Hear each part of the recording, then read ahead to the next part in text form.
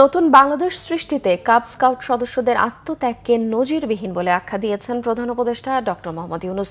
তিনি বলেন, ভবিষ্যতের পৃথিবী রচনা করতে স্কাউট সদস্যদের এমন অভিজ্ঞতা কাজে লাগাতে হবে। রিপোর্ট সৈয়দ আব্দুল মুহিতের। তেজগাঁওয়ে বাংলাদেশ স্কাউটের দেশব্যাপী কাপ কার্নিভালের উদ্বোধন ও শাপলা কাপ অ্যাওয়ার্ড বিতরণ অনুষ্ঠানে যোগ দেন প্রধান উপদেষ্টা ডক্টর মোহাম্মদ ইউনূস। এ সময় তিনি দেশ সেরাদের হাতে পদক ও ক্রেস্ট তুলে দেন। প্রধান অতিথির বক্তব্যে প্রধান উপদেষ্টা জানান, শিক্ষা জীবনে তিনি নিজেই স্কাউট সদস্য ছিলেন। 1955 সালে বিশ্ব জাম্বরিতে যাওয়ার গল্প শোনান স্কাউট সদস্যদের।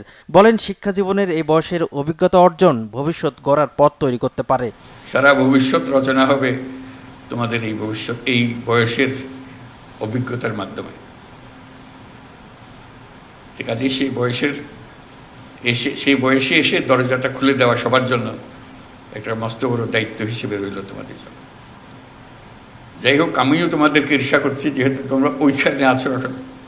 আমিও থাকতে পারলে ভালো হতো, এবং তোমরা যাতে এই অভিজ্ঞতা নিয়ে ভবিষ্যতের পৃথিবী রচনা করতে পারো।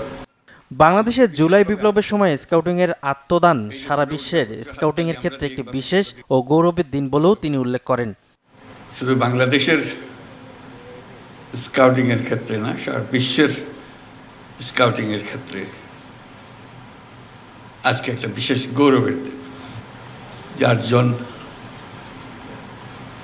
স্কাউট আত্মাহুতি দিল দেশের জন্য, দেশের মানুষের জন্য, নতুন বাংলাদেশ সৃষ্টি করার জন্য। সেটা দিয়েই এই ইতিহাসের সৃষ্টি। স্কাউটিংয়ের ইতিহাসে এরকম নজির আর কোথাও নাই। স্কাউট সদস্যদের অভিজ্ঞতার মাধ্যমে শুধু স্কাউটরাই লাভবান হবে না, সারা পৃথিবী এর সুবিধা নিতে পারবে বলেও জানান প্রধান উপদেষ্টা ডক্টর মোহাম্মদ ইউনূস। বাংলাদেশের স্কাউটরা ইতিহাস সৃষ্টি করেছে বলে। সৈয়দ আব্দুল মুহিত, বাংলা ভিশন, ঢাকা।